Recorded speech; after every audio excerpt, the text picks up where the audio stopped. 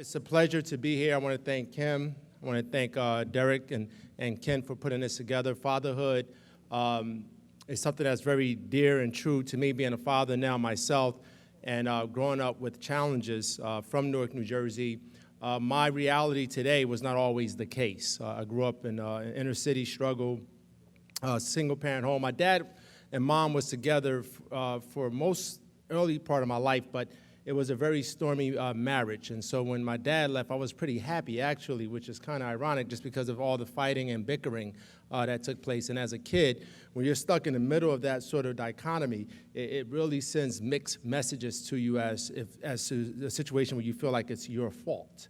But when my dad left, we still kept touch, but he wasn't there. So as a teenager, crime, drugs in the 80s, height of the crack epidemic, it wasn't long before I found myself out of control. I was arrested the first time when I was 13. And I was thankfully given a second chance, and then I was arrested again at 17 and a half. And we mentioned, Billy, you mentioned that the laws have changed. If I was living in North Carolina, I wouldn't be here standing on the stage because my reality would be different. But at 17 and a half, I was arrested for robbery. And it's funny, I say 17 and a half. As we get older, we lose those halves. And as we really get older, it's like, don't even ask me my second number. I'm just in my 40s. That's all I'm telling you, nothing else. But at 17 and a half, I was sitting in juvenile detention for armed robbery. And I saw my life ending. I saw myself being carried away and being buried because of the decisions that I had made. And a lot of that stemmed around me trying to find a positive role model to model myself after. Since Dad wasn't there, I turned to the streets. And then turning to the streets, I had the drug dealer, I had the person who stole cars, I had the person using drugs. I was like, I don't want to use drugs. I don't like the way that guy nod on the corner. So I know I didn't want to do that. I was like, stealing cars doesn't make any sense because you got to give it back. So I don't know if I really want to steal cars. And so we called ourselves, me and my friends called ourselves the Robin Hood of the community. We were going to go rob drug dealers and give to the poor, which was us. And so that didn't work out well. That didn't work out well for all the right reasons. But looking at fatherhood itself, fatherhood is a cure. It's a cure for poverty. It's a cure for crime. It's a cure for teenage pregnancy. It's a cure for financial woes. The statistics shows that a child being raised without a father is 4 times more likely to grow up in poverty. In poverty, 4 times more likely to be poor, 4 times more likely to repeat the cycle. They have a 279% chance, 279, give me the odds on that any day, 279% chance of being caught for a crime related to drugs and guns. They have a 4 times more likely chance of spending time in juvenile or in prison. So, and a 3.5% chance, more likely chance of becoming a teenage parent themselves. So our children needs us. They need us to be present. They need us to be vigilant in their life. And so along the lines, I was sitting in juvenile detention myself, and they were throwing these numbers at me, and I didn't have any resource. This is the first time I was really in major trouble with the law, thankfully the last time. And they came back with a plea bargain, what they call a 10 with a 3. So I was looking at 10 years maximum serve, 3 years minimum. And not knowing any better, I took the plea bargain. And I remember sitting in court that day, and my mother was there, and my mother had a look of defeat, despair, and disappointment. And I promised myself, I said, man, God, if you give me another opportunity, this is the last time my mother would ever have a look like that on her face. So we're sitting in court. The judge was sitting there. He had his robe on, and he, thankfully, Newark's jail systems were overcrowded, so he called the prosecutor to the front of his bench. He called my lawyer, and they did their lawyer talk, whatever that is. And he came back. He said, well, now they want to give you 2 with a 2. So I didn't know what a 2 with a 2 was, but it sounded better than a 10 with a 3. And so I said, I'll take the 2 with a 2. Let me double down on that. Give me a 2 with a 2, right? And so ultimately it was a 2-year sentence, 2-year suspended sentence with probation. Had I got in trouble in those 2 years, I would have went back to juvenile detention. So the judge said, young man, next time you come here, make sure you bring your toothbrush because you're not going home. Like, man, you don't worry about ever seeing me here again. And I did go back. But this time as an expert witness in a medical case. And it was great to be on the other side of the bench. I was like, yeah, he's guilty. I didn't know what the case was about. Like, he's guilty. He did the crime. It felt so good just to throw that out there. And so I went back to my senior year of high school. And back then, school was something that I always struggled with. I was always smart, but in my community, if you did well in school, you were called names. Nerd, you square, you corny, And so, and back then, I don't know if you guys remember Urkel, right? Urkel wears glasses and his pants up here, right? And you didn't want to be called Urkel, right? So that's the last thing you wanted, because you want to have your cool points, right? And so I went back, but I said, I don't care what they call me. You know what I mean? I got all A's my senior year, and I tell young people, that's all right, they call you Urkel or nerd today, because they be calling you boss tomorrow. So that's okay. And so, senior year of high school, I had these two buddies, and we've, again, rooted from the same community, grew up, same struggles. So, and interestingly enough, fatherhood was something that we didn't speak about, because really, if you had both parents in your house, you were the anomaly. In my community, everybody like, you got both your parents? Like, how did you manage to do that? Like, so it was weird and it's strange to think that, but that was the bizarre aspect of it all. Like, to have both your parents in your house in the 80s, growing up in Newark, was something that seemed weird, which is, obviously it isn't. And so I had these other two friends, same situation, same struggle. We were sitting in University High School, and we were trying to figure out what we were going to do in our life. I was, again, getting all A's. I got a job at McDonald's. They had promoted me to crew chief, to assistant manager. So I was like, this McDonald thing looked like it's going to work out for me. I think I'm just going to stay right here with this. And I remember we were second period class. We had a substitute teacher, and the three of us had been together for pretty much since 7th grade. So we looked at each other's. We already didn't have to say anything. We already knew Operation Cut a Class was in full effect. So I raised my hand. I had to go to the bathroom. George, my other buddy, who's the dentist, he had to go use the payphone. Back then they had payphones, so we had to go use the payphone. And Ramika had to go drop an assignment off at the principal's office. And so the substitute teacher didn't care I think we could have said anything. She was like, just go, like, just get out the class. So we left, we were standing in the hallway, and we said, all right, what we're gonna do now, because we can't just stand in the hallway. So we said, all right, well, let's go to the gym. If we make our way to the gym, we could go in through the locker room, not the front entrance, but come in through the locker room entrance and sort of blend in with the class. And the teacher would never suspect that we sort of, cut in class or whatnot, because she wouldn't see us come through the front door. So we're making our way down the hallway, and literally we got to walk in front of a podium like this where the security guard desk would sit to get to the other side of the building. So we have to go from here to get to over there, and we had to pass the security guard. And our security guard, Mr. Brown, was a little special. He was near retirement, so he would turn his desk so you could kind of creep past Mr. Brown as you make your way down the hallway. And so we're approaching the desk, and we're looking. And oddly enough, as we're getting closer, we're like, man, we don't see Mr. Brown. That's weird, because Mr. Brown is like clockwork. He's always there, newspaper in hand, coffee, reading, always there. He's a fixture in that building. And so we're making our way closer to the desk, and we realize he's not there, but then we hear somebody behind us sort of picking up pace. And we turned around, and we looked, and it was another security guard, a substitute security guard. I didn't know you could have a substitute security guard.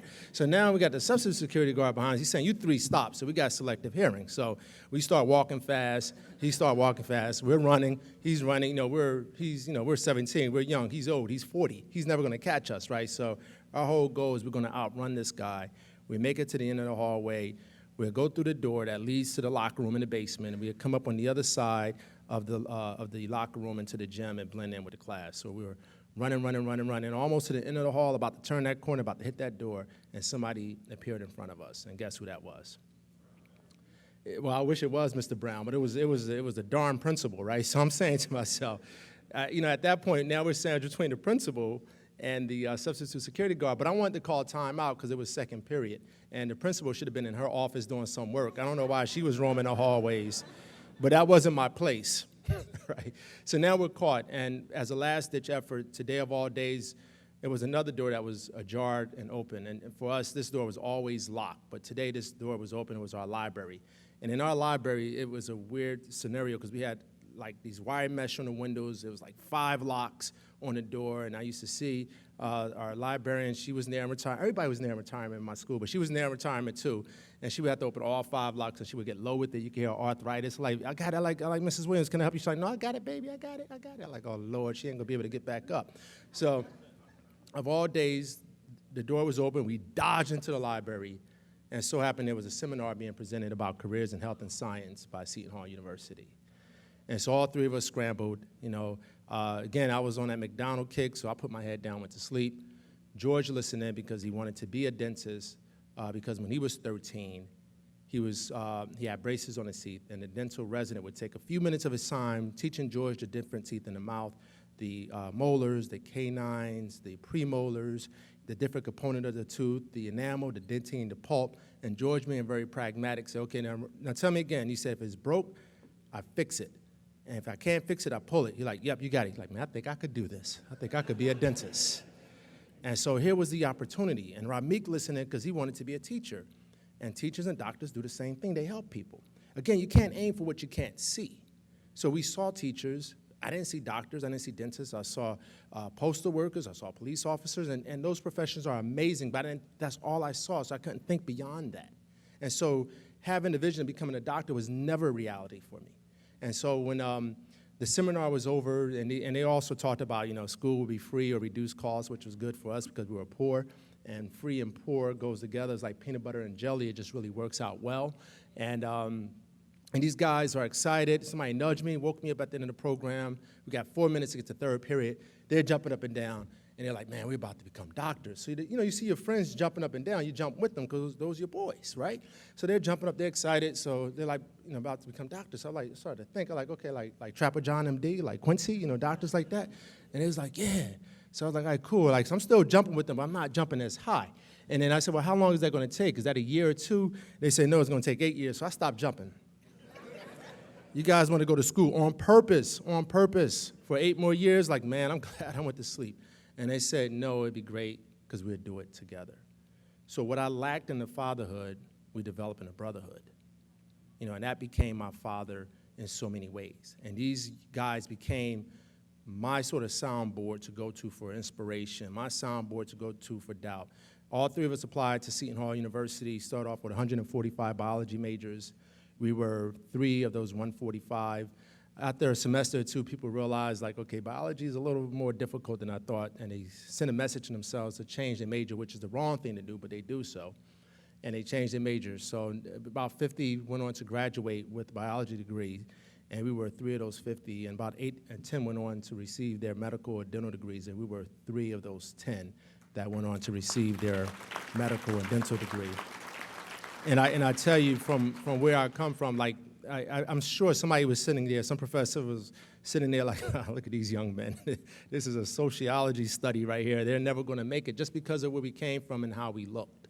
And so moving on to medical school, college was the best time of my life. I always tell young people, you can't go wrong with college, although the cost of college today now is becoming a major issue in our country that needs to be addressed most immediately because jobs are not able to cover the cost of what you owe once you're done with school. But education is the passport to your future, no doubt about it. And moving on into medical school, it was tough. I was surprised. They sent me a letter saying, Sampson Davis, you have been accepted. Like, they're messed up now, boy. I'm on my way. And, the 4 years of medical school went by, and it was important for me to come back home to be a part of my community. So I was accepted into a residency program in emergency medicine back in my same hometown of Newark in the same hospital that I was born in.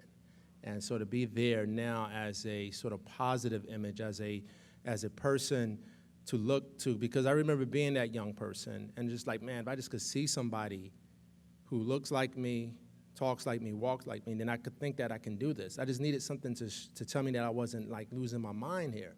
And so to be there just to take a young man and bring him to the x-ray board and say, these here are your phalanges, these are your metacarpals, these are your 8 wrist bones, the pisiform, the hamate, the capitate, the lumate, the quadripezium, trapezium, trapezoid, and I'm missing one, the capitate, did I say capitate right? Navicular, that's it, navicular bone. And so to show them the bones, and now to take their imagination to see that it's possible, that they can go on, and they're not necessarily to be a doctor, but to be anything in life, to achieve anything is that you put your mind to. As I said earlier, dreams are great, but dreams without any action is just sleep. So we have to encourage our young people to know that they can do it, and fatherhood and motherhood equally starts with the beginning process of it all. A child, first 28 days of life, is threatened. They have a 4 times likelihood of expiring and dying without dad in the home. 4 times as likely. I mean, so we need the nurturing aspect, not only of our community, but both of our fathers and our mothers. And so moving on, we graduated, and I remember I was sitting home one day, I was washing dishes. I hadn't quite made it. I still had loans, and so I didn't have a dishwasher, so I was sitting home washing dishes, and the phone rang.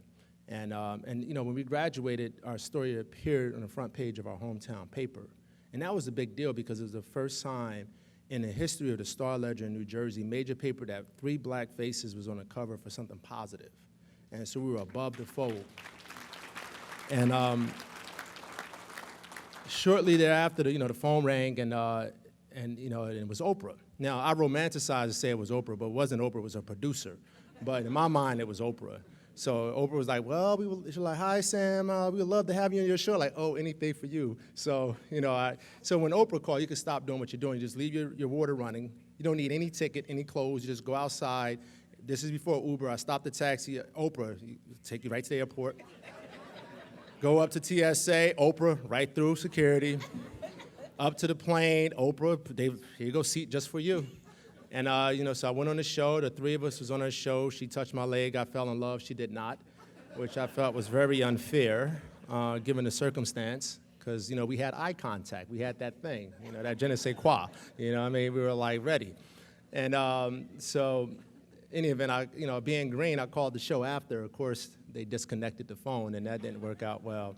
So I'm still looking for her if you have any connections. But, it was our goal to ultimately put a face to health and education. It was really our goal to put a positive spin to it, especially for the fatherless homes out there, to let our young men know that their life and their fate does not have to end on my stretcher or on my gurney, me resuscitating them and trying to bring them back to life, or it doesn't have to end behind bars and incarcerated, that they can go on to dream big and that they can make their dreams into reality, and it's up to us as fathers and mothers. So I commend all the dads and the mothers that are here today, because we're walking the walk. We're the beacon of hope. But what's most important too is that your being here is a shining example, not only for your children, but for other people looking at you. Because people are watching your actions as well, and you're going to inspire them, to be something positive. I was listening to Mike and Lavelle talk earlier today, and Lavelle was talking about how Mike and the guys made it and how that inspired him. But, while you're doing it, you don't realize how many people are looking at you for inspiration, for motivation. So keep doing your thing. Keep doing your part to change the world. We since went on, there was a lot of blessings. I'm going to end here. There were a lot of blessings that I did not plan for. My whole thing was I never wanted to be a doctor. I just wanted to survive. I just wanted to survive. And growing up where I was coming from, I didn't have any bones thrown at me. So when they said you could become a doctor, man, I'll try it out. Why not? I figured I'd grow to love it. It's like riding a bicycle, right? So that didn't work out in the beginning. First surgery, I lost my lunch in the scrub sink. I got kicked out. And I went home, I was like, man, I really got to figure this thing out. And now, move forward, I'm doing all types of procedures and not thinking twice. So it's amazing if you set your bar high, what you can achieve. And parents, we have to raise the bar for our children. Let them know they can achieve. I don't care if they don't think they can do it in the beginning. Everybody smart looks different. And so just encourage them to keep pushing. So what if it takes you 4 or 5 times to get it? That means you were smart enough to realize it took you 4 or 5 times to get it. So everybody smart looks different. So the blessings that came, never planned on traveling the country speaking. Never planned on writing books. I was able to write. We wrote 5. I just released my 5th book called The Stuff with Charlie Jeter, Derek Jeter, the baseball player, his sister. We collected some amazing stories of ordinary people who overcame extraordinary circumstances, and spent 2 years on that project. But the first book, The Pact, I did with my 2 friends, was just really our story of just overcoming. I remember we were sitting down putting it together. So when you go write a book, you're like, oh, I want to tell all the good things. I was the man on campus. It's just like, oh, no, I didn't want to hear none of that. We want to hear about you going to jail. No, I don't want to talk about that. No. But those are the stories of your hardships, your challenges that we all can find victory in, because we know we've been in those dark places before, and we know how tough it is. We know how we have to grind and work through the grit of it all. But that grit, the one thing people can't measure is your will to survive and your will to achieve. I can measure your height, I can measure your weight, but I can't measure your will. You can tell me no 1,000 times. I'm just in search for that one yes. Thank you.